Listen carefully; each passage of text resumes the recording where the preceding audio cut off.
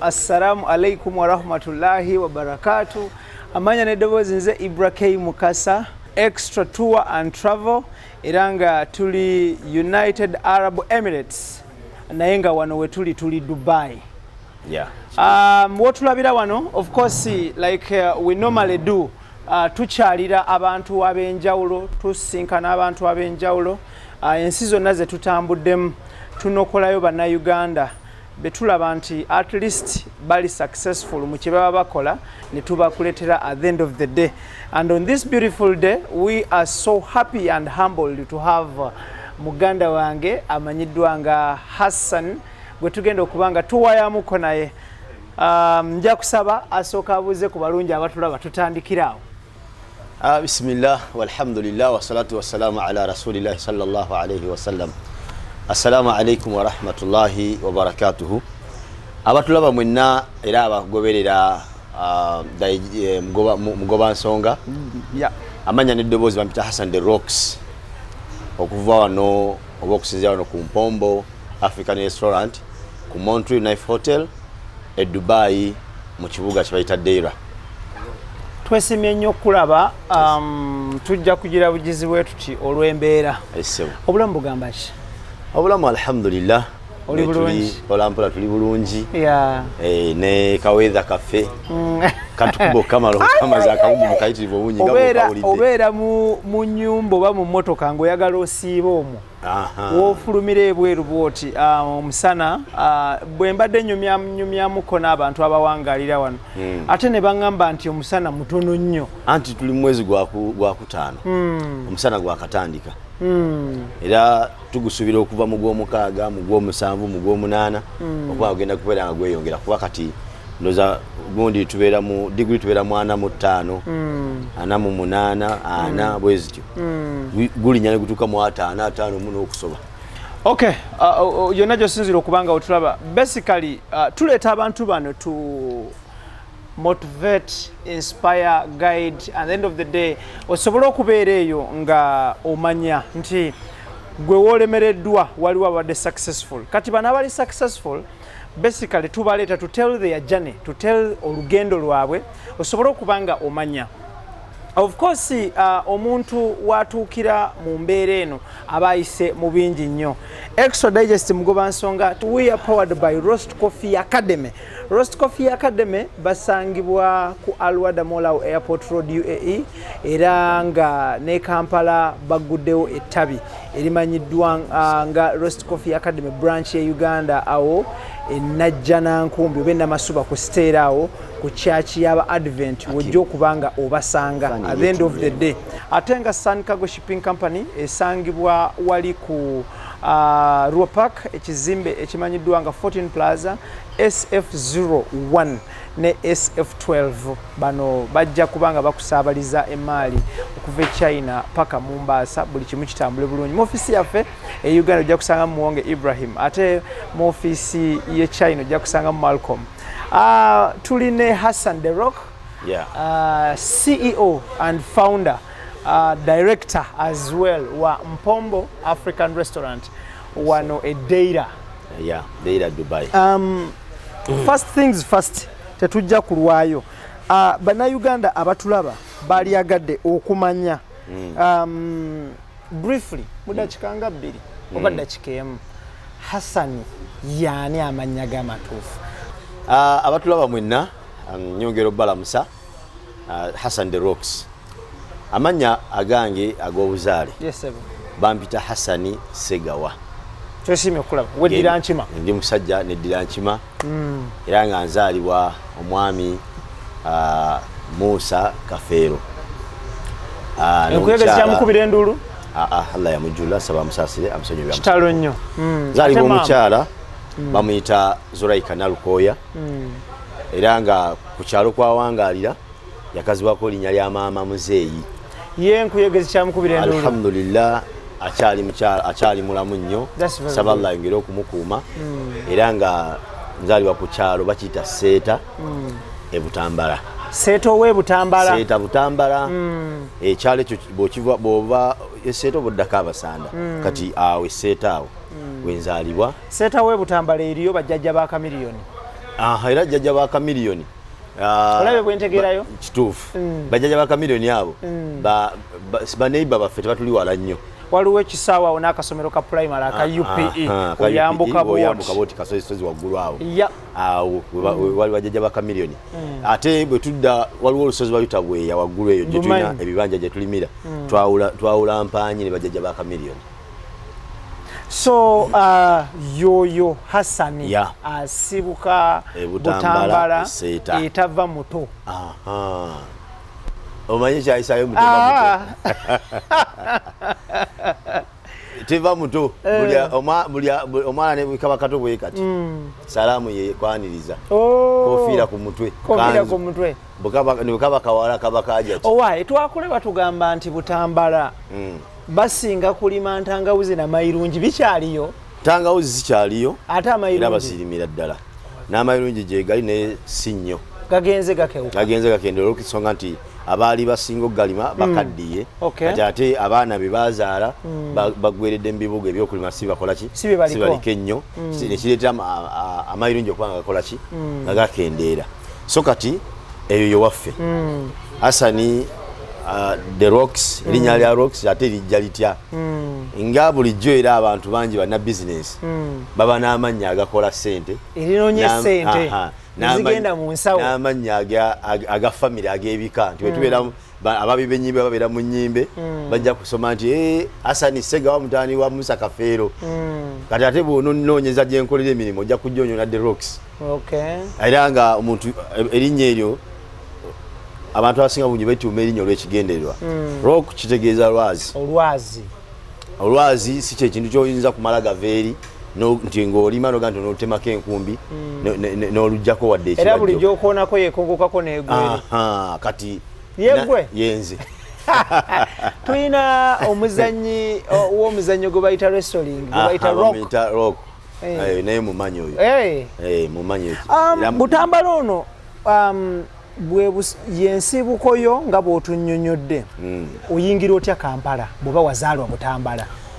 Nyingira ntya Kampala kakati Butambala waffe nzeeyi waffe ali musajja mukozi wa migaati twalina bakery waka era nga tuli balungi nnyo mukola emigaati kati waaliwo mukulu wange amuyita Abdul Wahab Sali ye yasooka ofuna omulimu mu bakery gye bayita yamukulu baye Kasirye bagita Eva Brown yes yafunamu omulimu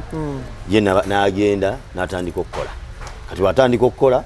of course naye bwe yali ayagala abantu abalala bayinza okukola ki okumuyambako ku mirimu n'atwalako ku baganda baffe abalala so yatuukiriza nkola ya luyimba lwa Kamiliyoni nti aliyitamu alidda n'atukima kituufu kati bw'akola ebbanga lyakola mu bakery n'abaana Allah n'amusasa n'afuna ku ssente najja akola bizinesi mu Owino oluffe nga tukyali bato tusoma kati nze bwe mmala okusoma then n'antwala nembeera nentandika mu bizinesi ye mu Owino wetwali tukolera. Owino mwali mukola ki? Owino ye yatundanga ebintu ng'amasaawa misipi radios zicalculator biki nga ebintu ebyo bwe bityo ne necklace z'abakazi mpeta biki nga byatunda kati ate nze bwantwala nankola business ndala yali etunda bikozesebwa mu zi restaurant nga bwala mabuto ngano makoroni biki nankolera akaduuka akatonotono akatunda ebintu ebifaanako bwe bityo kati nze business muyantwala nanteekaawo nentandikirawo. Okay, tuli ku Extra Digest mugoba nsonga naye nga program yaffe eno emanyiddwa nga Extra Tour and Travel era nga twasazeewo tuwube olubu lw'ekigere e Dubai eno tujje tulabe bannayuganda bawangalira e Dubai kitambula kitya nga kwotadde n'okusaka enkulaakulana n'enkola y'ebintu ennambulukufu tugikomyewo ewaffe kwe tuwangalira okwaboobwe ekyaddondo. Nze Ibrahim Mukasa tuli ne Mwami Hassan the Rocks CEO oba founder oba MD kyonna kyoyinza okumwadressinga owa restaurant emanyiddwa nga Mpombo African Restaurant wano mu Deira. Tutunulira ebintu bingi nnyo of course twasazeewo tunokole bannayuganda batono nnyo batusiigire ekifaananyi abawangaalidde kuno basanze buzibu ki bakikoze batya. Of course alaba this kind of setting for the first time ojja kwebuuza nti ate lwaki batudde we batyo because obutamanya bwe bumu ku bulwadde obusinga okuluma langi eno gye nkutteko so bw'oba tomanyi just stay silent tukunnyonnyole. Soka tunyonyole entuula eno n'ekika kya ntuula bweti n'ekika ky'entebe bweti olinga tannapapa kuddamu kyatamanyi. Eno entuula gye bayita batya, setup eno gye bayita batya? Entuula eno oli saagala alowooze nti tumukikinaddeko batumusitamyeko olw'obutamanya. Oli ajja kukozesa obutamanya ayagale okunyigiriza ffe abamanyi. Omanyi ekyo Abannayuganda bakikola nnyo. Entuula eno twateekawo puroguramu y'abantu okutuula wansi olw'okuba nti twagala okusikayo ekifaananyi kiri kyennyini ekyaffe ekyewaka. Ffe ng'abantu abaakulira mu byalo twakula tutuula ku ttaka bwe twabanga tuli emmere. Twatulanga ku lujjuliro nga baalirawo ne mutuula ku lujjuliro. Ate ku lujjuliro awo we baategereranga omwana ow'omululu n'omunafu mu kulya. Era nga we balabira empisa z'omwana ez'okulya. Nga tuyigira empisa z'okulya toswankula towanuuza emmere eri wano n'oyisawo omukono n'okimaya ate okitegeera. Kati olw'okuba nti eno African restaurant beesinga nnyo ku culture yaffe ng'Abannayuganda, twayagala ne kino tukikole ki tukijjeyo tuseewo dining kyagala okutuula ku dining asobola okutuula wali tuteekewo n'embeera eno bweti timumu abantu kati nga basheekhe baffe abamu abamanyira nti bw'aba atula ng'ali emmere ye ayagala atula azinga amagulu nga bw'olaba ngazinze eno entula gye bayita ey'Ekiswahili. Eriyo omuntu ayagala okutula nga ye bw'atula ayagala yeesigame lwafiiringa comfortable nga ate nga banaatula ali ku ntebe tajja kuwulira ng'ateredde bulungi akatebe kajja mutawaanya ajeesigame yinza okubinuka okitegeera. Ne tubaterawo embeera eno ey'okuba nti basobola okutula bwe bati basobole okuba nga bafiiringa at least kibadde bamisi. So in other words akunnyonnyodde bulungi nnyo n'akusigira ekifaananyi. If you don't know you take time to understand than okupapa to react. Ali eyatulaba tuli wano Dubai tuli Deira. Abawangalira of course mu UAE ebitundu bino mubimanyi, abatabimanyi osobola okweyambisa Google n'osearchinga than okupapa okujajinga. Tuli ne Mwami Hassan The Rocks, CEO wa Mpombo African Restaurant. Njagala tuvugemuko speed tutunulire Mwami Hassan ava atya e Uganda okujja e Dubai. And before that gwe mulundi gwo gwali gusokedde ddala okulinnya ennyonyi ng'ojja Dubai wano oba wali otambuddeko mu nsi endala? Nali ntambuddeko mu nsi endala naye okusinga natambulanga nnyo mu East Africa. Okay. Kenya, Tanzania, Rwanda, ezo ensi ze nali ntambuddemu. Kati omulundi gwa gwasooka okulinnya ennyonyi nagirinnya ngenda mu Makka kola hijja. Wow. Gwe mulundi gwa gwasooka okulinnya ennyonyi. Naye kati obwedda tukola interview squad dressing nga haji kiba kya buli az'amaanya. Gwe gwali omulundi gwa gusooka okulinnya ennyonyi ngenda kukola hijja. Wow. So kati okujja Dubai gwali mulundi gwakubiri okuddamu okulinnya ennyonyi. Okay. Saasooka ginnya nga zijja Dubai. Okay, kati njagala tutunuulire watambula n'ogenda mu nsi eziriranye Uganda, that is East African Community. Lwaki bwe wasalawo nti ogenda kukola business oba kutambula oba kutandika obulamu obupya okwabulira Uganda okugenda wabweru wa Uganda watunuulira specifically Dubai? Lwaki? Nno munnange ebintu ebimu Allah yatukolera program ebiseera ebisinga obungi tetumanya kikinaddirira. Kuba nze nali ndi ku mirimu gyange gye nali nkolera mu wino nyinawo edduuka ngera nkola business zitambula. Nejjukira nti nga bulijjo ffe twakola tukimanyi kuva dda nti ensi ez'ebweru zirina kyezitusingako. Of course. Mu nnyingiza mu nkulaakulana ne mu kukyusa obulamu bw'abantu. Olw'ensonga twalabako bangi ku mikwano gyaffe abaali bafulumyeko ne bagenda okudda nga tulaba balimuko enjawulo gye bamunyunguseemu okusigako ffe baleka wali. Kati bw'olaba munno ng'alina kyamunyunguseemuko otandika okuzimba interest eyo mu mutima gwo noga nti nange wesinga nfuna chance nange nja kukola ki bwe ndifuna chance nja kufuluma ngende njizeeko ebweru. Kati mukola nkola emirimu gyange gitambula alhamdulillah mu kibuga Kampala mu Uganda. Waliwo omwami omu amita mukulu Mahamudu Ntambi mutumidde nnyo yansomera ddiiru.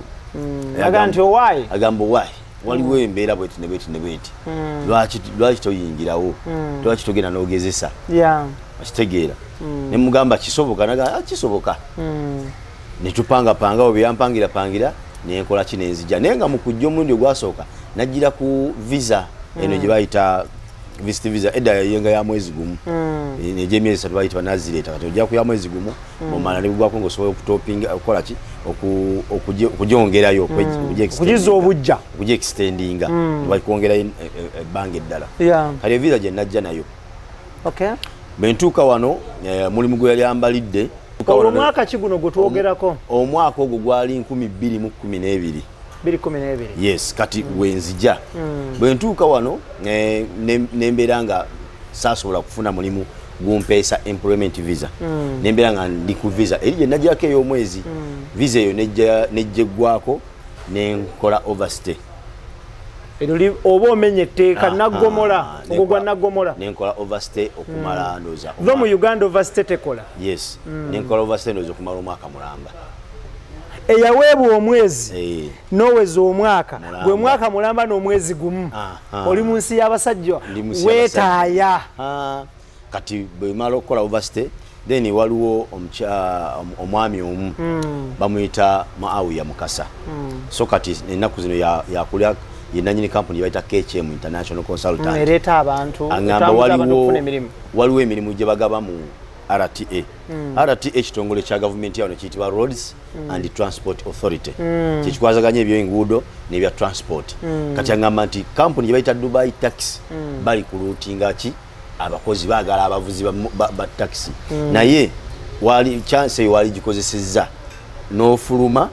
at least n'okomawo bupya nosobola okufuna omulimu ogwo kati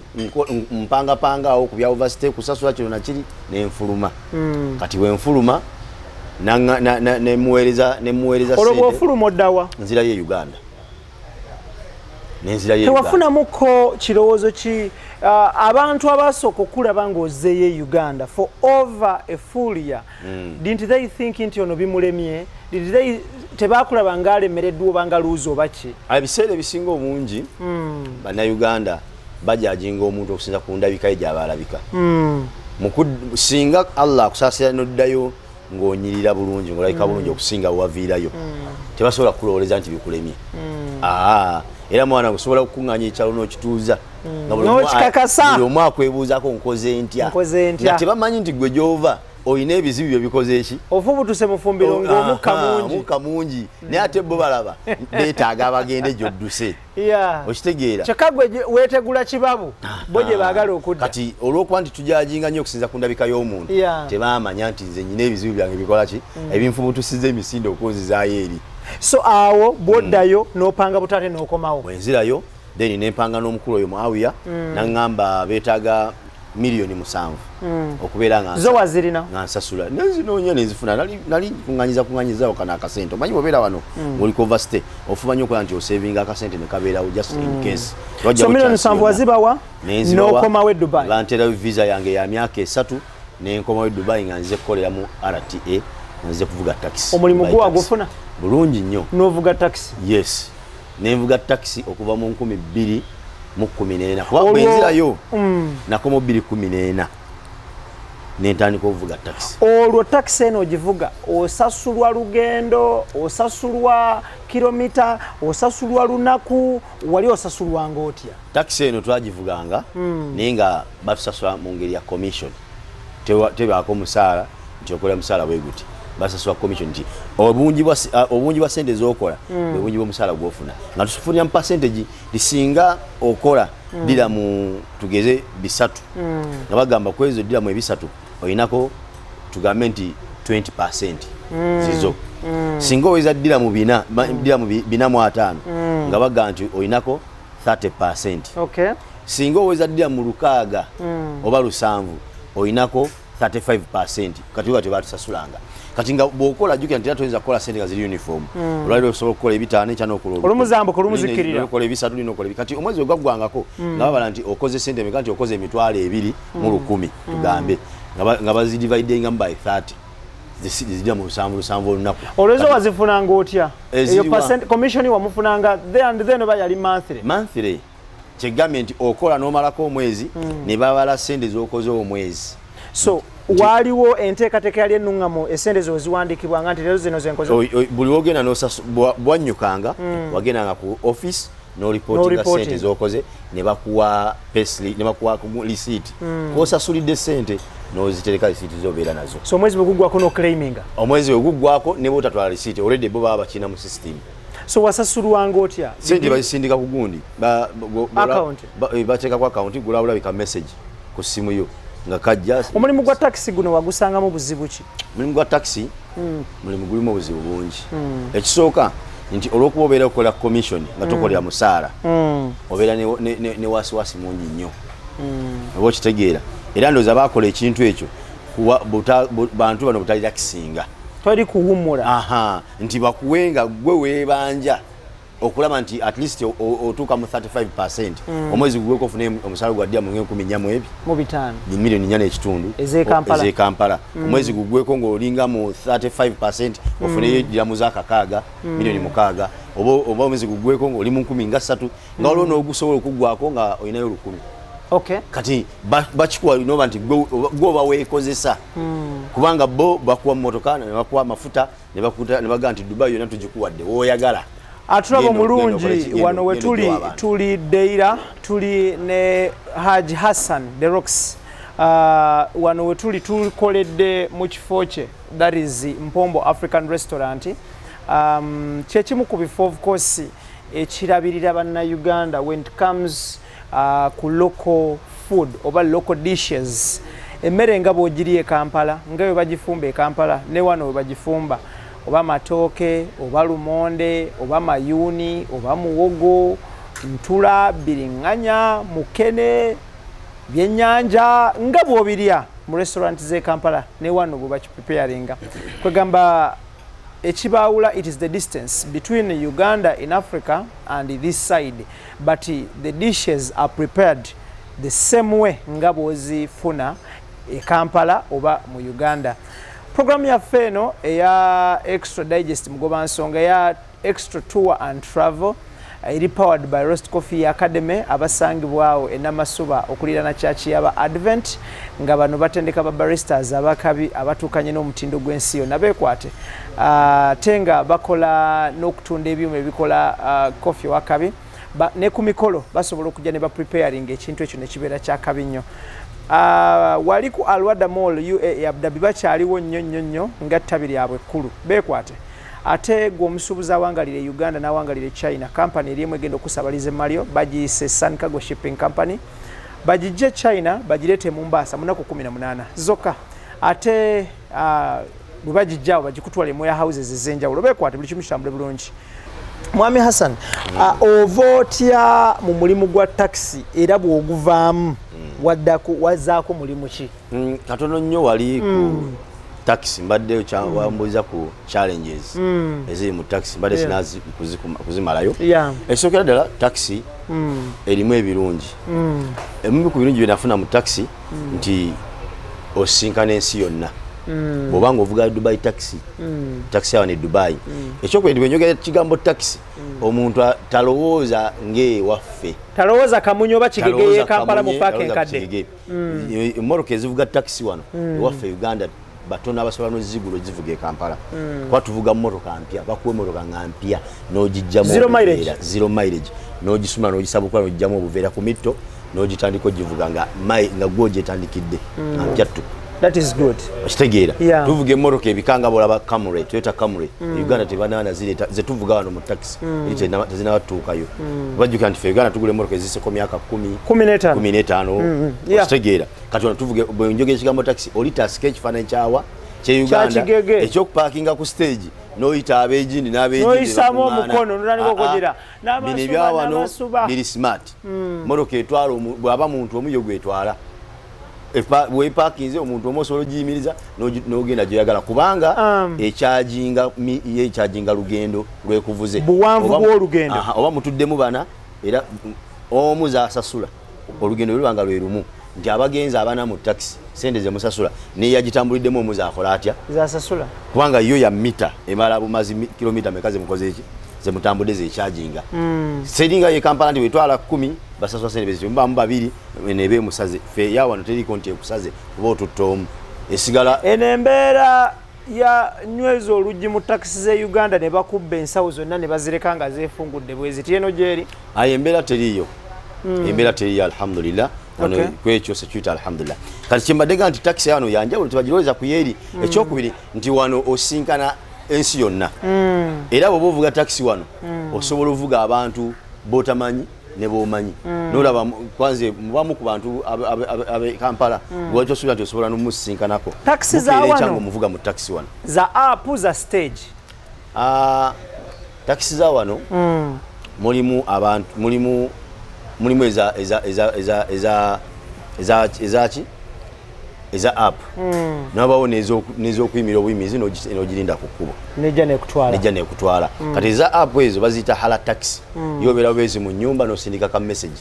nekutuukakawo wonna wooli bagikusindika wali ovuga ya app wali ovuga ya nali nvuga eno ya ku kkubo eyokulonda ekkubo eyo gye nali nvuga challenge ozinyonyodde kola nnyo okusobola okutuuka omuwendo gw'essente ogunakubeezaawo yes kati ekirala nti mukolo okwo ate olina okubeera omwegendereza ennyo kuba mulimu fines mpitirivu obungi ezibeera ku makubo neneeyisaayo ng'omuntu gwe driver ku bantu b'ovuga bakasitoma b'otwala ekisooka oteekeddwa okubeera ng'oli smart okusanga ng'ovuga taxi eyawana e Dubai nga tokubye ekikalu abasajja abarati ene bakusanga bakuba fine ya ddiramu ebi gye mitwalo aga fe tubalina e Kampala akuyitako ng'ekitogi kyonna kibabiridde eno n'okusanga obusanzi ng'ovuga taxi n'ogamba bannange nga wayambadde uniform essaati nga munda temulimu ka vest fine okusanga ng'ofungiza uniform bwoti emikono nga gifungiza kwa za mikono miwanvu n'okusanga ng'ogifungiza bwoti fine okusanga ovuga taxi ngoyambadde engatto nga temu stocks fine so kati nti bateekawo fine gwe okukontrolinga ng'omuntu gwe okubeera smart ne bakasoma sikuwunyirira abantu bigere abaana b'e Kampala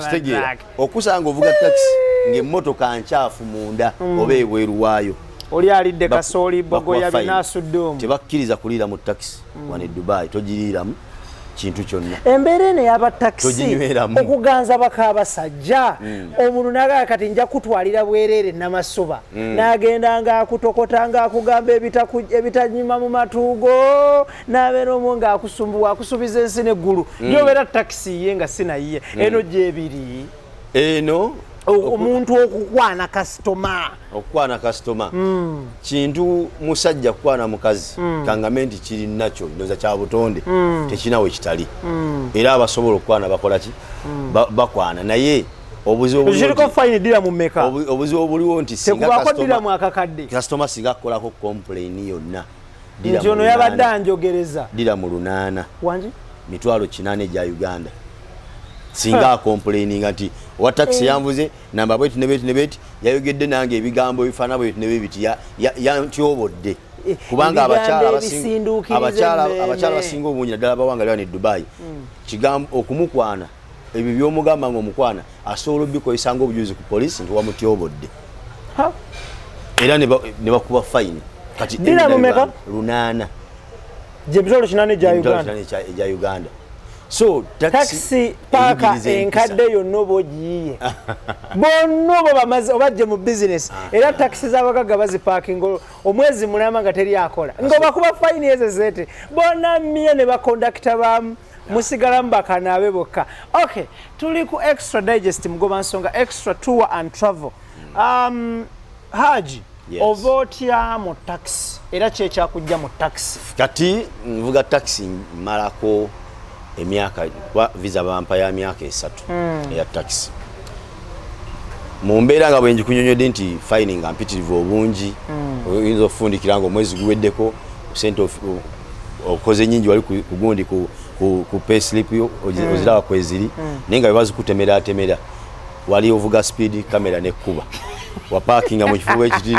ne bakuwa wawetera we batawetera wawetera batawetera wakuwa wayita ku kitala kikutte kati ogenda bimaliza bwoti yakoze 1500 nga bagamba balance we nawo 10 ngawomfa esigadde ngola ogombangu tadde nzo mwana wa Sara mukaso gombangu tadde awo sikola ngera nayo bochira bwoti kati bwenda banga visa yange esembere okubanga eggwako natandika okunoonya ki emirimu mu company ndala otandika obulamu bupya muzimu company ze nanonyamu emirimu nanonyako mu gundi Fly Emirates nenfuna waliwo bali kulotinga abantu abasobola okuvuga bu trolley buno busika emigugu mu nnyonyi ku kisaawe okusika emigugu mu nnyonyi ogitika ogijja mu warehouse ogiteekayo obwo bu trolley obwo bali kulotinga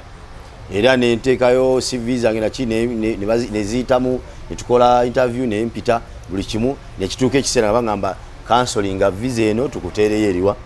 eno kati obuzibu bwajjira nti jjukira ali company gyenkola ya government oba okitegere Dubai Taxi ya government yo muzi company neno Emirates ya government bw'obanga wadde okolera mu company ndala etali ngezo RTA nofuna omulimu mu Emirates bo tebetaaga na kutuma cancellation abo baba kuwadde basaza mbusaza visa eno yobadde naye eno ne bakuwa visa ki endala naye kati olwokuba nti eno yali government ku government ngenda ina policies zaayo tontabala nange sikola ki sikutabala kati abaana bakrossinga bangi nnyo nga bava mu taxi okweyiwa mu mulimu guli ogwawa gwa Fly Emirates onagenda okulaba bamuddukako n'ateekawo limit n'agamba ekijinji agamba teriyo ava gwe mukiza kuva wano nga tannamalako visa ye kati yange yali bulako emyezi 4 nemba saaba gikansoling ne bagaana paka ogimaleko paka mali gimalako kati jukira nti ate wali bo baagala omulimu tegujja kulinda era mugenda okunzika baiti okuggwako ng'emirimu bali bafuna ddabaki abakozi abalala so wazaako negunsuba jukira nti visa beweddeko of course oboina either bw'oba tofunye mulimu mu company ndala odda Kampala oina kudda Kampala kati awo nensooka nzirayo Kampala ate sooka mbeerako e Kampala ate era nziremu mpange obutonkole ki okomewo Dubai okomewo kati mukubeera e Kampala era omwami omu yennyini oli Mawya Mukasa era kivola nti mutumirako nnyo era mwebaza nnyo omwami oyo abadde Allah amuyisirizaamu nnyo ya wakechemu Allah amuyisirizaamu nnyo ba okutuuka wano wentuusa olwaleero omwami Mawya Mukasa n'omulala bamuyita Sheikh Muhammad Ahmad Alujja by the way nalinga mutwalanga kitangi yanyamba nnyo ne Dubai nga akyali mu training za taxi sinakufuna mulimu tukyali mu training kino nakiri nga nambeezaawo ebbanga ddene so n'omulala bamuyita Abubakari Mukiibi kati abaami abo balina restaurant eno nga bebagitandikawo nga bagiyita Luwombo African restaurant wennyini wano wennyini wetuli nga bebagitandikawo kati bwe mala okudda e Kampala nga guli omulimu guganye guli bagututte neno taxi entamye njikooye kati omwami okwe kumpira ngamba nti jangu wano okolenga ki nga manager mu restaurant nenkomawo omulundi omulala nenzija wano mu Luwombo African restaurant nga nze nga agenda okumanaginga restaurant eno netugibeeramu netukola buuza mwaka kyolwo bwekomawo jukira nti wali 2014 nkubye emyaka 3 ndoza nga 2017 awo nga ggwako kati nkomawo mu 2018 mu kifo kino eyo kati eyo bagiyita the return of Haji Hassan part 3 part 3 mu kitundu ekyokusatu n'okomawo nenkomawo wow that's good kati nkomawo mwami ampise mbeera wano kola emirimu tambuza bulungi nnyo business etambula bulungi nnyo 2018 wetuli 2019 wetuli 2020 tumuyingira Allah bwaleetera ki ekirwadde kya coronavirus kibinya kati coronavirus wajja ne bastopinga zi restaurant zonna byonna ebyokola nebiggalwawo kati olwokuba nti bakama baffe bali bo eno yaliwo business eno naye nga balina emirimu gyabwe emirala ya oli ayina KHM eyo company kati jjukira nti nayo company zonna baziggala olwa coronavirus kati ate nga ayina faamu kapeeka kati ne basiba restaurant e Dubai ne basiba KHM Kampala okusaabaza abantu n'agenda mu faamu ye nadda mu kulunda obumyu mbuzi na settlinga muki mu farm.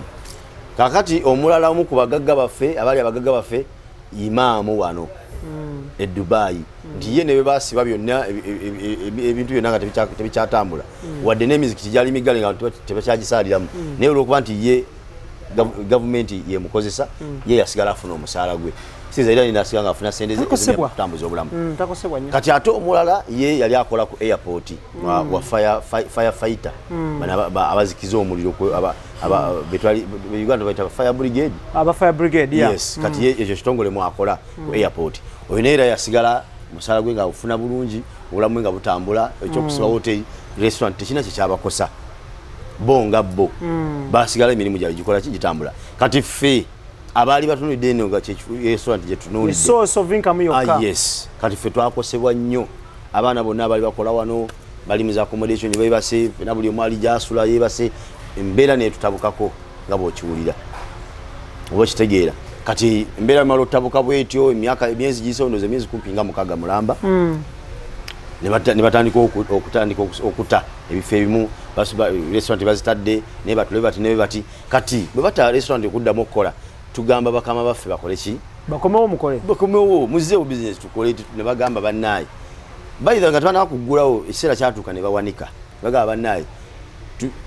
tulemereddwa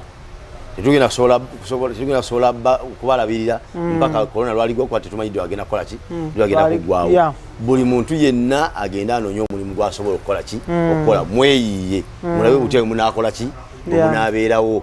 era bwamala tuga nti mweyiye abaana abamu ne batandika okukola ki okunoonya emirimu ate ngaera ebiseera ebyo kampuni esinga obungi zaali zakola ki zaali zaggalawo nti tezikyali kulutinga kati abaana abawala bo abaaliwo baafuna omukisa abamu kutandika okufuna ennyumba mu bakola nga ba housemaid kubeera nti babeezaawo obulamu nga balinda embeera paka gyena okukola ki weneeterera kati nabawo ffe abatalina chance eyo oba okitegeera nga yo chance tetugirina tugamba kati ffe tugenda beerawo tutya batutadde buli omu yeeye akole ki anoonye ekyokukola aninze chance yankwata nga mu kukola wano nga ndi manager nali nkolawo ne mukyala wange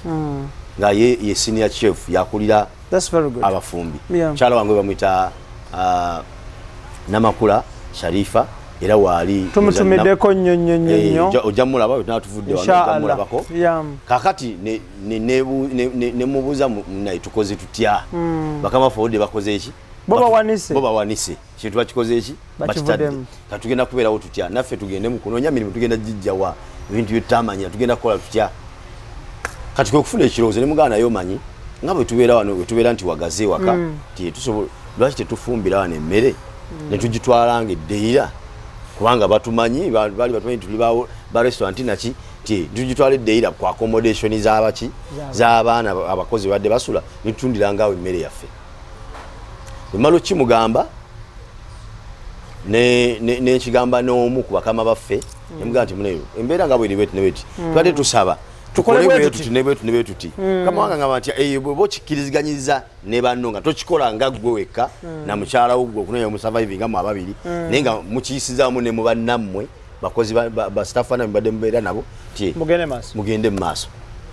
era nenzija ne tutuuza meeting n'abaana abaali bakyaliwo nga tebannafuna mirimu ne tukibaliiramu tumala okibaliiramu ne bakibayinga tusondawo obusente obwangungu netandika embeera bwetyo ng'emmere tugifumbira ka gye tubeera tumala ogifumba tugisa tugipakinga mu masepiki ne tuteeka mu mmotoka ne tuvuga olwoga bagigula ddira mu meka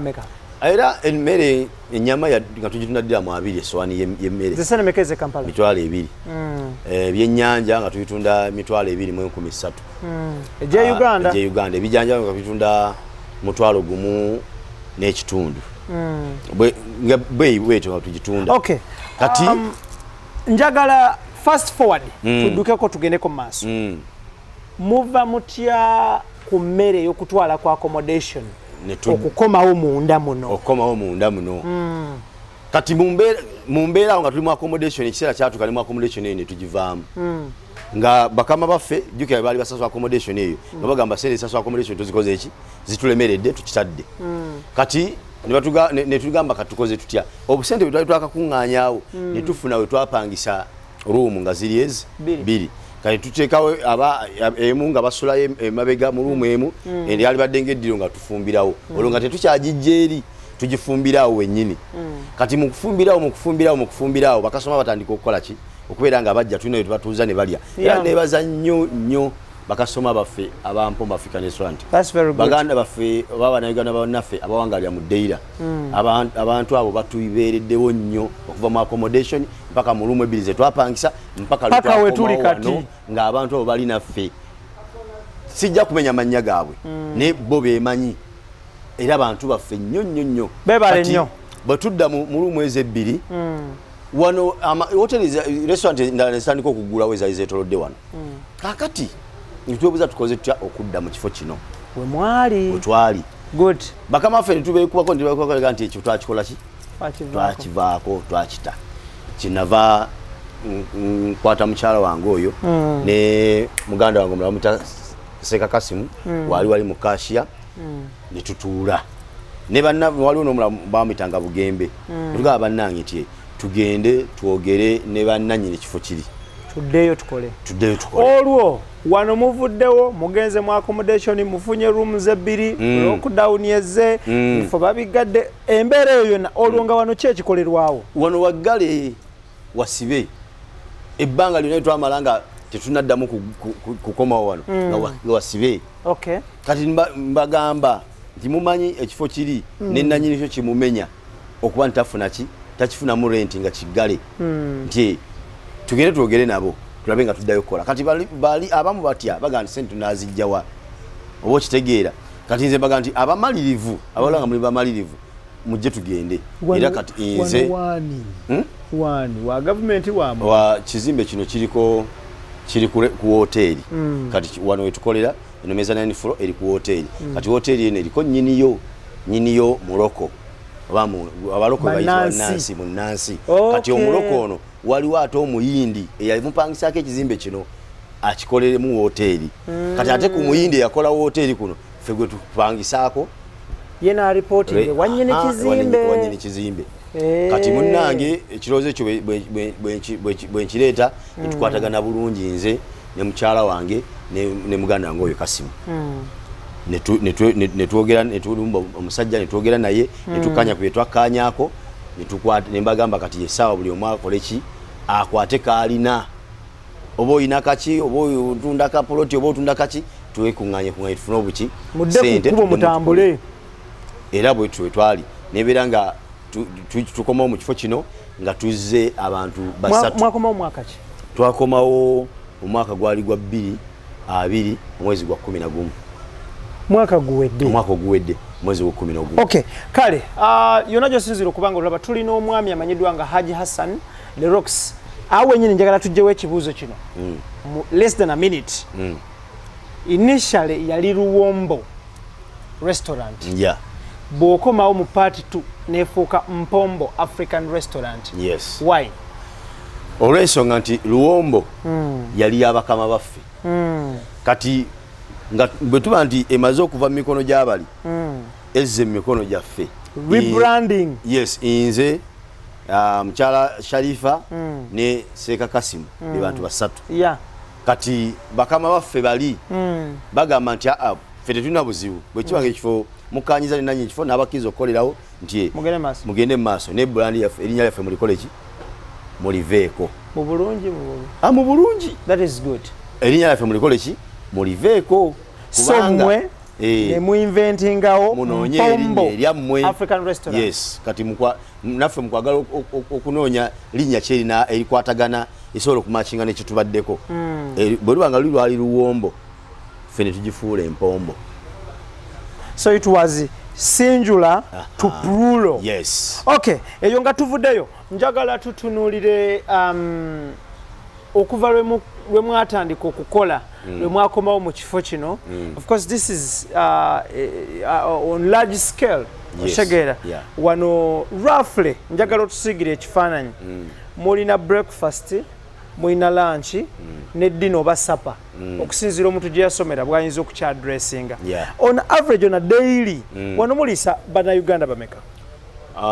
daily bw'obanga okibaze tusobola okuba tuliisa bannayuganda abawera 1,400 oba 350 olunaku. Okay, njagala tutunuulire bannyini nsi oba bannansi oba be muyita abaloko muliisa bameka on a daily? Bannannyini nsi oba abaloko ebbanga lyemmaze wano ng'ekyali Luwombo n'ebbanga lyemaze ng'ekyusizze mu Mpombo ne wetutuusa okolera interview eno kyongereko ne tusokola interview eno tetusavingangako muloko wano mu kifo kino. Entabo eva kuki? Entabo kweva ekisookera ddala nti bye tufumba byawukana ku bye balya oba ku bye bamanyi.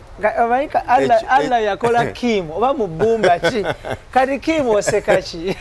Ekyokubiri Kim toli muloko. Ekirala Haji ekirala ekifo kino Deira ndowooza nti gitwalisenga ghetto. Wano e Dubai enebanga ghetto kuba Deira katale oba kitegeera kati abaloko oba bannannyini nsi olwa eddembe balina mu nsi yaabwe n'ekitiibwa kye balina mu nsi yaabwe kizibu nnyo basanga mu bifo bino mu ghetto muno basangamu kakube mu kugulamu bintu balinamu just bizimbe byabwe property zaabwe mwe bakola akasente kaabwe ffe mwe tujja kati eyo nga tuvuddeyo njagala tutunuulire wenatuuka wano abatulaba bannayuganda abawangalira Uganda abawangalira mu UAE ne mitala wa mayanja that is mu Europe, Scandinavia, America y'amaserengeta n'eyamambuka nga kwotadde ne South Africa wano wetulidde ebbanga lyetuwangalidde mu Dubai. Nze Daniel Mugoya, Idris Lukwago, Keith Kanabi, Tony Senabulya, muganda wange Ziad, muganda wange Waswa,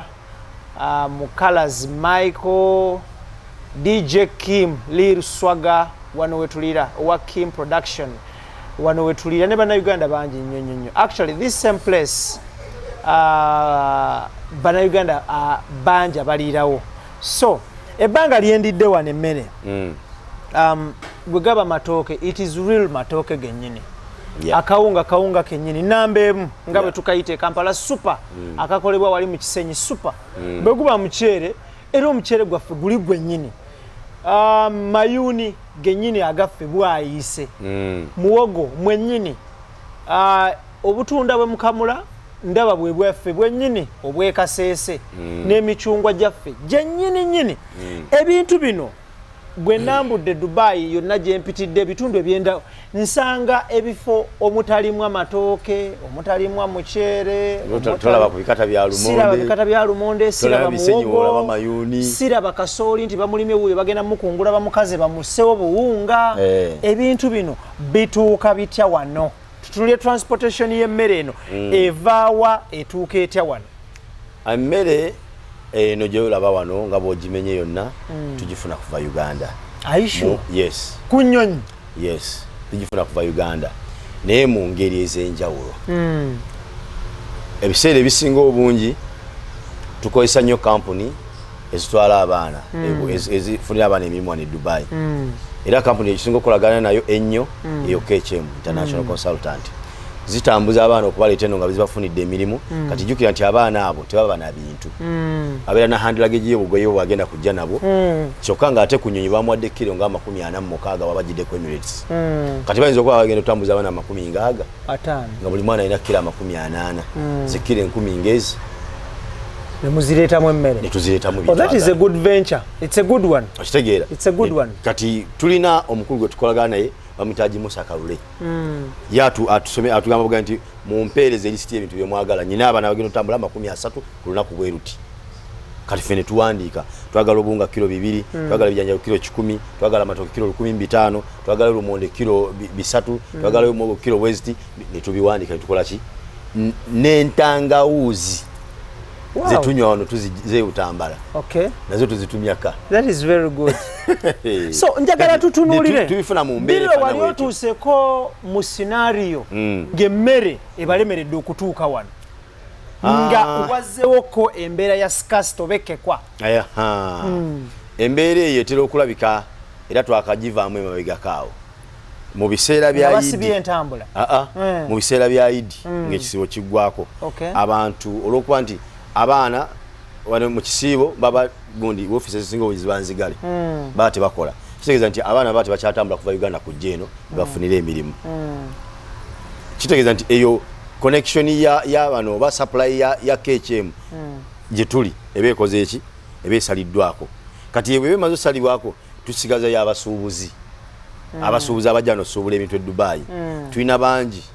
betulina contacts zaabwe olwa nti Luwombo Mpombo bagimanyi oli akubira nagamba nzija nkuleetere ki n'ombuzo ina kilomita nti ina kilo 10 ngaleeta matooke omulala nakuloga nti gwereeta lumonde gwereeta kino kati tusigaza supply nga tufuna yabo basuubuzi abajja obuki abajja ne Dubai kilo zaabwe bazireetamu ebintu tubira tuzibagulako kati obuzibu bujja Idi ng'etuuse abasuubuzi ade bajja basigaddeyo wakati bagala tambula biseera bya Idi kuba bakimanyi wano Idi bagikuze ennaku ezi kali ngamanya nti bwajja eno talina kyagenda kukola maduuka magale abantu bali mu celebrating Idi kati ng'alina sigala yeeka kati ennaku ennya zibanyiga kati ennaku ez'ennya nga abasuubuzi tebajja ng'ate Idi abaana baba bawummudde bannayuganda basinga omungi aba company babeera mu off baba bafunye ezi public holidays bawummudde kitegeeza nti tuba n'abali bangi abazze okulya wano emmere ng'ate ina fuluma mu bungi kyokka ng'ate teyayingidde kati mu budde obwo waliwo abakola bizinesi y'okuleeta ebintu ebyo okuva e Uganda nga babiisa ku kago eya kago nga yigwe mulimu gwe wano balina zi African shop batunda amatooke kati nabo kye baakola ne bamanya kati tubeera era baala tubakubidde amasimu nga bamanya nti tuli ku kisenge mulimu bwetaavu kilo gy'abadde atunda ddiramu 7 y'amatooke ng'agandeeta 10 era amatooke mu biseera ebyo buli kilo y'amatooke emu twagigulanga omutwalo gumu 12,000 ogwa Uganda ne kilo y'amatooke erimu eminwe 6 ku 7 enkota ya mitwalo egi Kampala wano nga tugula eminwe 6 omutwalo gumu 10,000 awe yeze challenge zetusanga osanga nti ate nga wano emmere endala yonna yalibula neyitooke neyitabula aishu omuntu wajana okulya emmere n'omugamba nti sina mukyere na kawunga nyina matooke agaga nti mpa okay naye oli wajana n'omugamba nti amatooke gatuweddeko tusigaza mukyere na kawunga asitukabusitus natambula nagenda era agamba nti nze kindeese wano ki matooke extra tour and travel tuli Dubai era nga wano tuli Deira tuli mu Mpombo African Restaurant eya Haji Hassan The Rocks tuwayamu kona nga muna Uganda awangalidde wano natuuka ne ku extent settingawo business Mwami Hassan Haji abantu aba bali agada okumanya how many Ugandans do you employ Bannayuganda bameka bo muri emirimu wano okusinzira ku ntambula y'emirimu kubanga nti Muganda agamba nti enkula y'omutwe yekuwa ensala oba yekuwa ensanirira gy'onoosaniriramu kainaffe nti enzija y'abakasitoma yetudimandinga okwongera ku bungi bw'abakozi oba okubasala kati okusinza ku mbeera ennaku zino nga bweri buli omu akimanyi ekyagwa mu nsi nti ensi esente ntono mu bantu bizinesi abantu ezisinga obungi zaafa kitegeeza nti emirimu giri wansiko jakekwa oba okitegeera bwe kibanga emirimu jakekwa ne bakasitoma okulya kwabwe tekuba kuki tekuyinza kubeera hayi era nako kulyawo bwe kutyo kutonotono kati mu mbeera y'okuba nti bakasitoma batonotono olw'embeera eriwo mu nsi abakozi saayo no betulina abakozi 18 era nga bonna Bannayuganda tutunulire ekintu ky'omusolo bakuyisa batya bannyini nsi eno ku nsonga y'okubawa ebya Kaisaali bano bo ekirungi kye balina ti bo bakola ebintu byabwe ne babissa mu system gwe buli gundi gy'oprintinga wali buli biru y'akasoma gy'oprintinga okakasa kuba sente z'omusolo zibeerako buli biru lwaki biru anti kubanga bo bagamba lwakati sente omusolo gwawe mutono bakyajinga 5%. Ebya biru lwaki tobikuba bypass abanojja n'omukuba nga akama ku meeza nti waayo olidde ekyena mpa ekyena kyange wano eriyo gwosobola okigamba nebaaya azze okulya nga biru alina gyagitwala ajjeyo sente ezo zaava okulya okay Haji naye nga omusolo gwo guli yadde kuba wano omusolo tuli ku 5%. Njagala tutunuulire buzibu ki bw'osanze mu kuliisa Bannayuganda mu kufumbira Bannayuganda emmere obuzibu bwensanze mu kufumbira bannayuganda emmere kisooka nti abantu tulina obutonde bwa njawulo ekyokubiri nti buli muntu alina ekimuwoomera ngeri omuganda baga nti ekiwoomera matama abiri ebiseera ebimu osiŋŋaana okusoomoozebwa nojja ofumba ekintu oli nakyanaga nti wallahi kino kyemwafumba ekyayitiridde okuwooma ate oli najalaga nti bannaayi ate ennyama nga yasavuwadde nnyo okitegeera soko lindego nga tunagenda wala n'ennyama y'ente mugitiika ku nnyonyi nejja wala ennyama y'ente eva Pakistan yo teva Uganda eva Pakistan so challenge mugisanga nti olwaleero abantu agamba kino luli n'agamba kiri nti olwokuba nti tuliisa abantu bangi ate nga banjawulo kitegeeza nti bonna tebasobola kusiima kyekimu tebasobola kussa kimu nga nkuyege nti bonna bakole ki era ojasanga nti Allah bw'aba akusaasidde at least 80% ne basiima omuganda agamba nti muzirya temubula zitaawa basi kati eyo yembeera gye tulimu naye nga ekyamazima kiri nti bannayuganda tubalina njagala tutunulire wenyumiririza ki mu kufumba emmere kyenenyumiriza mu kufumba emmere nti nga bw'okimanyi nti okulya kyekimu kubimiriza obulamu bw'abantu ate kyatteeka kati teriyo muntu yenna ayinza kwewala kulya tekulina shortcut oba oli ayagala oba tayagala okubeerawo nga mulamu alina okukola ki alina okulya emmere ekyo kimu kubinenyumizamu nti nkola bizinensi nga oli alina okujja kunoonya wooli kubanga ayagala okukola ki ayagala okulya tajja kubeerawo nga talidde okulya tekulinga lugoye oyinza oga nti sijja kugula saati kati saati alinayo ebbiri ziri kazintwaleyo emyezi emeka ebiri maaso ng'embeera bwetereera okulya tekuliiko ebyo olya kati n'okkuta ogenda okudda engulu okusimuka ekiro nga enjala ekkalakata oba okitegeera so nembeera nti nenyumiriza mu mulimu guno nti gwe mulimu gw'otagamba nti nagguddewo nembula kasitoma ajja eriyo omuntu atunda ebintu ng'asobola okuggulawo naggalawo nga tafunye kasitoma tatunze wadde si bwe kiri ku mmere nti omuntu aba alina okujja akole ki alye ekyokubiri nti omuntu atunda ebyuma oba omuntu atunda engoye tajja kulya ku ngoye ajja kukwata ssente zigudde mu ngoye agenda agula emmere kati nze atunda emmere ate sijja kukwata ssente kugenda kugula mmere kitegeeza nti ku mulimu gwange kwenfuna ate era kwenkola ki kwendya nsena busenyi wali nendya era mu pressure gye nnyina siba na pressure omuntu agenda kujjawo ekyokulya ng'ate nfumba mmere ebyo kyonna kyo nekibanga kyanyambako nti pressure nayo nekola ki nevaawo kale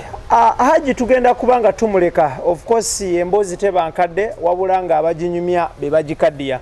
naye nga tetunagenda tetusobola kukibuusa maaso Haji ono ye ssentebe w'ekisinde ky'amaanyi g'abantu mu UAE ye chairperson oba chairman wa People Power mu United Arab Emirates. Yes sir. Tetusobola kuvaanu nga tetwogeddeko ku nsonga za People Power. Yes sir. Kiba kyabulyaza amaanya nnyo from a pressure group to a political party. Yatandika nga pressure group okukakana nga political party. One of the biggest political parties of late ku ssemazinga wa Africa. Era nga olwaleero luno be balina enkasi y'obwa leader of opposition e Kampala. Twagala kutumira n'okuyozaayoza Honorable Mathias Mpuuga LOP leader of opposition, musajja muyivu, musajja mugezi, musajja ali smart in the brains, smart out. I salute you Honorable Mathias Mpuuga owa Nyendo Mukungwe constituency mu lukiiko olufuzi olw'eggwanga Uganda Parliament.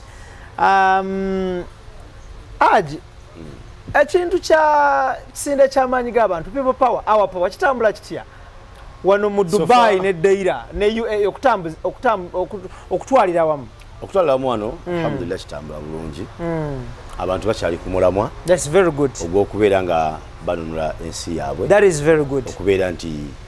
etambulira ku maanyi g'abantu so si ku maanyi ga mmundu. Abantu kye balwanirira okutuukako nti baagala ensi yaabwe Uganda ebeere ng'etambulira obuyinza bubeere mu bantu obuyinza budde mu bantu kubanga era abantu nga constitution beekirambika nti obuyinza bwaki bw'abantu kati ennyinga eyo abantu gye balwanirira okulaba nti ekola ki eteekebwa mu nkola kubanga kumpi ndoza yetandikirwako bw'obibuka constitution ya Uganda yetandikirwako yennyini power belongs to people. Yes. Kati abantu abalina enzikiriza eyo n'entegeera eyo wano mu UAE we bali bangi era bakyali ku mulamwa ogwo gwennyini. Olukiiko lwe mwakasembayo wano olwaliko Honorable Robert Kyagulanyi Ssentamu lwali bangamba lwamenye ebitooke lwaliko abantu bangi nnyo, great turn up. People turned up in great numbers. Ideas were discussed and shared. Olukiiko olwo ekisinga nno okwewunyisa nti tetwayita n'abantu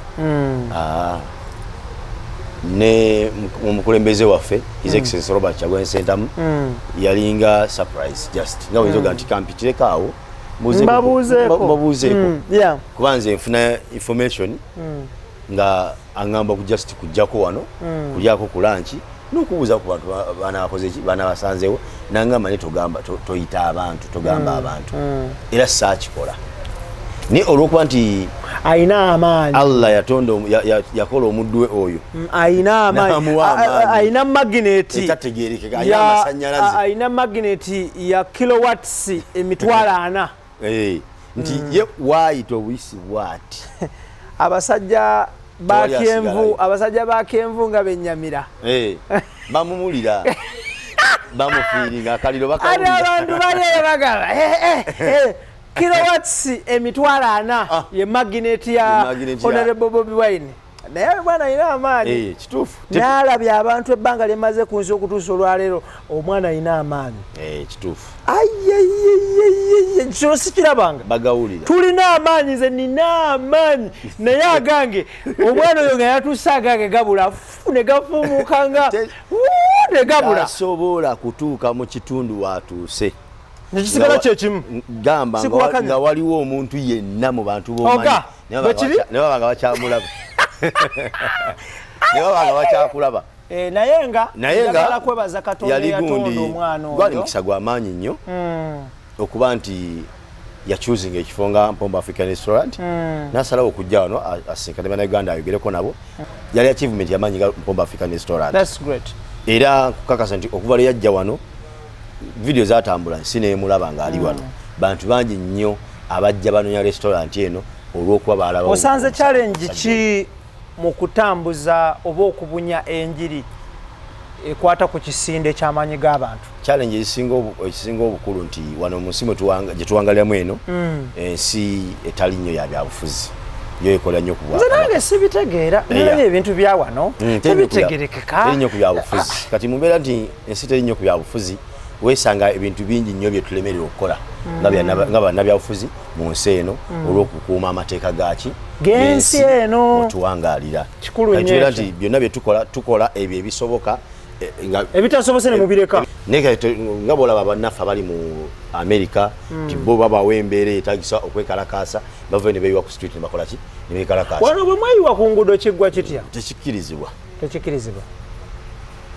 Era yonse watowulangako okwekalakaasa kwonna mu UAE tibannayuganda bawangera mu UAE beekalakaasizza tekibangawo so kati bingi ebitulema okukola nga twandyagadde obikola naye olw'amateeka agafuga ensi eno mwe tuwangaalira tugiwangaalemu mirembe. By the way, Dubai it's a very peaceful country. That's great. Bw'obanga ogondedde amateeka gayo n'ogagoberera tewaliiwo nsi erimu mirembe kwenkana Dubai. So peaceful. Yensi mwosobola okuwangala emyaka 10 nga tolabangako musiri mujaasi yenna akutte ku mmundu. Nze abasirikale babandaze jjo lyabalamu wanate nabalabye nga teri ayina mpingu teri ayina na mmundu. Kigambye waliwo ekifo bakiyita Burj Khalifa Dubai Mall wakuŋŋaanira buli kika kyabalambuzi okuva mu nsi yonna. Ekifo ekyo singa kyali Uganda singa awo waliwo amagye battalion namba singa waliwo ne mamba singa sibawo nga zipaakinze singa waliwo n'obuganga. Era nze kyenjagala abantu bayigire ku nsi eno abakulembeze balitaddewo n'obuganga n'obusaale ne butida abakulembeze baffe kyenjagala bayigire ku Dubai nti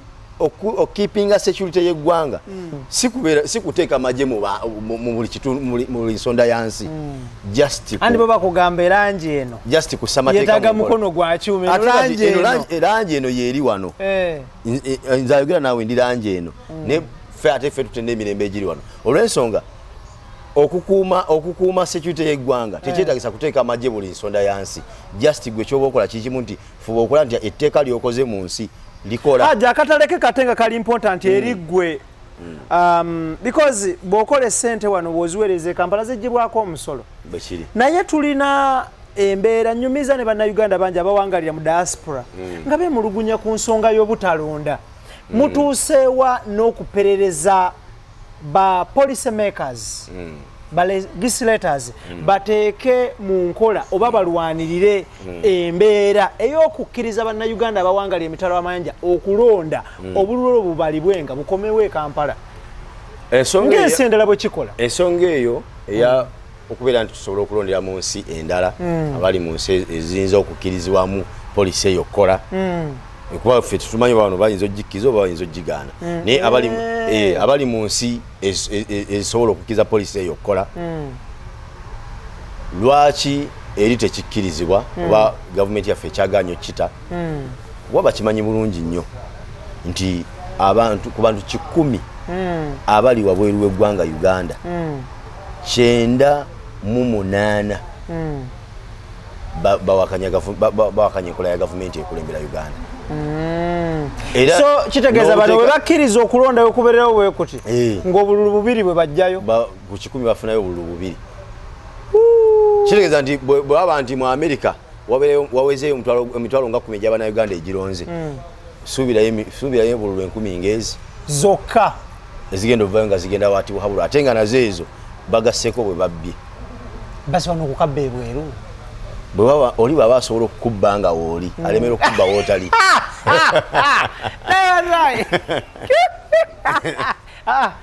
tukutadde atanga onkagadde nnyo naye bakubba olaba ng'otuma butumi enkoona nga bagimwamulaogera okukwata boti nga tolina nkoona olonze omaze okulonda bibawadde bye balina obitwalayo kaakati ensonga ezo abantu baziwulidde akatalekeka ensonga ziringa 2 tulina munnayuganda awangalira emitala w'amayanja netuba ne munnayuganda awangalira Uganda olwaleero ntanda ki gy'osibira bannyinaffe ne baganda baffe abakyali mu myaka egisobola okukola abagenderedde bano nga maama wange Sara Mukasa myaka 7 kati obubaka bwammwe tewali nnyo tubasabira buwangaazi njagala ompeera obubaka abantu abakyali mu myaka egisobola okukola ofulumya Dubai n'omuyingira emirundi 3 ng'ogenda bwodda topowa n'obeera mu kuvuga takisi n'osaba omulimu n'otuukako n'ogukola nga togukoze nagukola ne gugenda ne gukuyita mu miwaatwa gy'engalo n'ebigwa mu kkowe eryo ekisookera ddala obubaka bwange eri bannayuganda abali ewaka naye abali ku byeyo okusookerera ngenda kutandika n'abali ewaka bannayuganda abali ewaka kyembakubiza kiri kimu okukola kikulu nnyo ekyo tubeere bakozi kyekisingira ddala obukulu mu kukola nga tuteekeddwa kunyoma mirimu ki gye tukola nze nyina ekyokulabirako ku musajja gwe bayita Bobi Wine oyo pulezidenti waffe bw'owulira sitole ze gyenvuddewe ne waatuusa olwaleero kumpi buli mulimu omuntu gwe yalinyoomye yagukolako bwe kuba kusiika capati yakikolako yakuba ku bulooka yatunda ku nseenene yayoza ku mmotoka yakolako era wawulanga nti twagikolako egy'abakanaabe ne tugikolako negino egy'abakaddeyideyi okiwulira nti kumpi buli mulimu gwe gwoyinza okulaba nga anyooma kabaka ali eri bwati abeera bwati yagikola oba okitegeera kati omwana anyumirwa obulamu baganda baffe abakyali e Uganda kwajjukire nti e Uganda tobaako limiti ya mirimu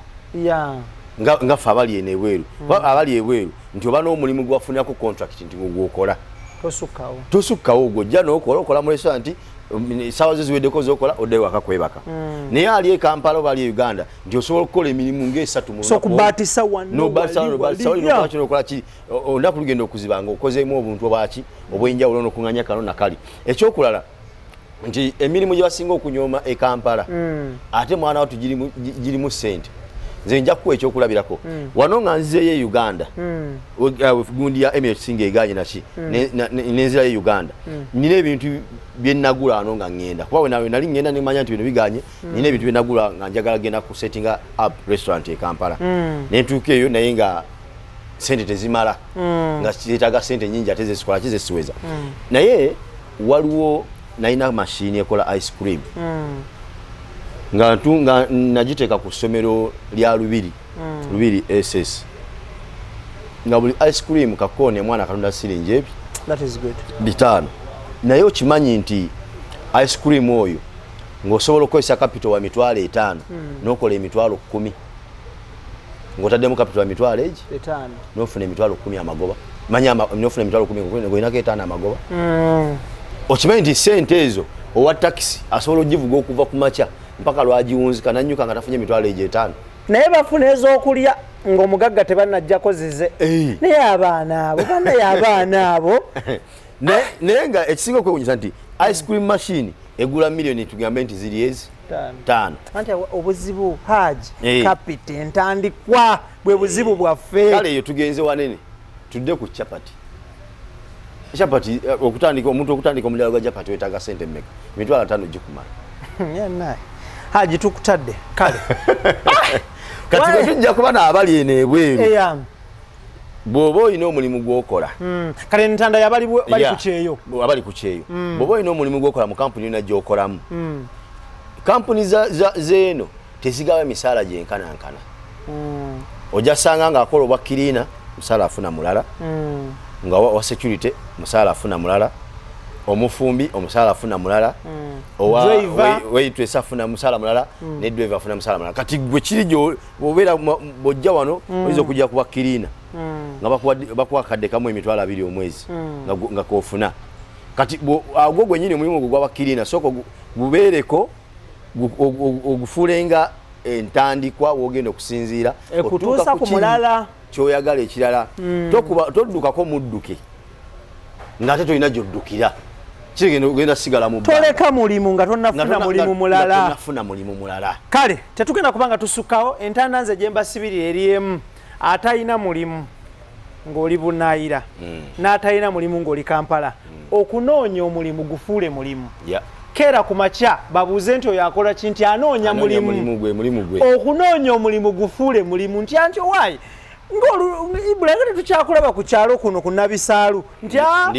ndi bize okola ki noonya mulimu okunoonya omulimu gufuule omulimu ate abali wano Dubai kye bakitegeera abaana bali wali wansi ku Banias nga bwe bakeera naye omulimu ogwatuttewo kunoonya mulimu okay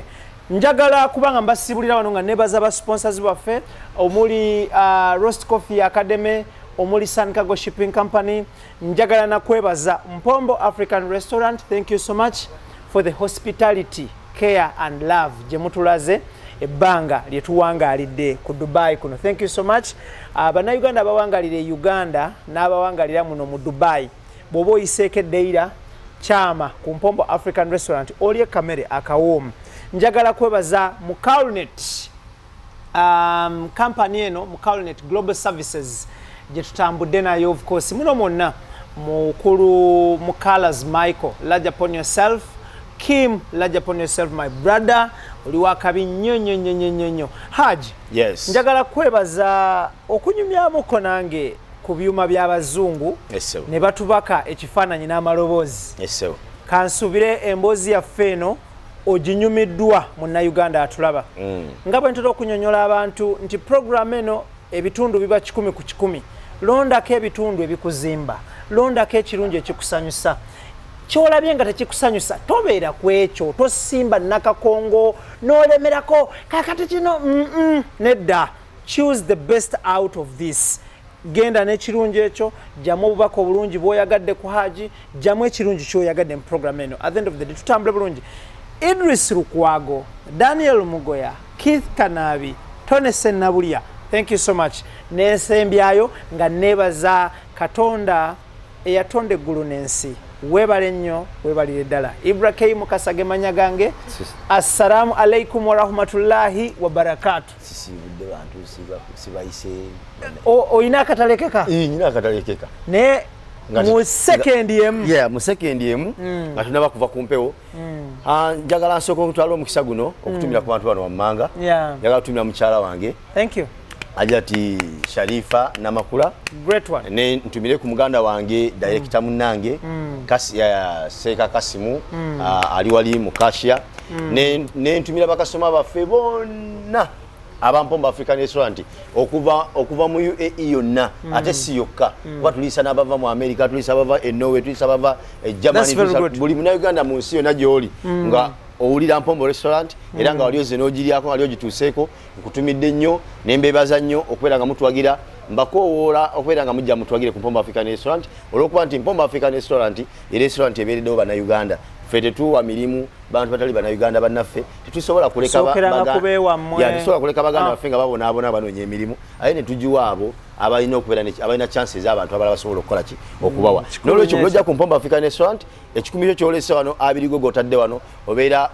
otaddeko ettaffaali ddene mu kuyamba bannayuganda n'okulaakulanya Uganda olw'ensonga nti akasente ewaka akasente kolese wano bwenkawo omwana akaweeza mu ddwaliro omwana abadde omulwadde ne bamujjanjaba mama abadde omulwadde n'ajjanjaba ne muganda abadde tasoma agenda ku ssomero kyeza nti bw'olya ku Mpombo African Restaurant olina gw'oweeredde olina gw'ojjanjabye olina gw'ozimbidde ennyumba ewaka e Uganda n'olwekyo mubeere nga mujja okwagira Mpombo African Restaurant ekifo wokka osobola okuwagirira munnayuganda ali wano ne waffe Uganda mwebale nnyo mwebale ddala Hassan the Rocks mbaagala nnyo Ssentebe wa People Power Chairman wa People Power owa NUP UAE chapter tumidde Madam Coordinator kama wange nentumira spokesperson bamuyita Honorable Joel Senyonyi waffe omenya beno cabinet yange naye mujoze banaye mujoze cabinet yange gyenkulembera ndako spokesperson David Sewankamba okutumidde nnyo nentumira General Secretary wange Sirubongoya bamuyita Kagwa Tamim ye secretary ku lukiiko lwange olwa executive nentumira Wasa Patrick omwanika wa Fazi kuŋŋaanya nentumira Madamu Jamila Idris Kalule Junior the second n'abalala mwenna besogedde manya magala nnyo kati nange kantumire muganda wange amanyiddwa nga Ali Mawale Ali Semambo nga ono munna NUP munna People Power e South Africa Ali Mawale large upon yourself my brother greetings big on yourself. Okay, kale tukwatagana omulundi oguddako omukama Katonda abakume. Assalamu alaikum wa rahmatullahi wa barakatuh. Thank you so much. See you next time.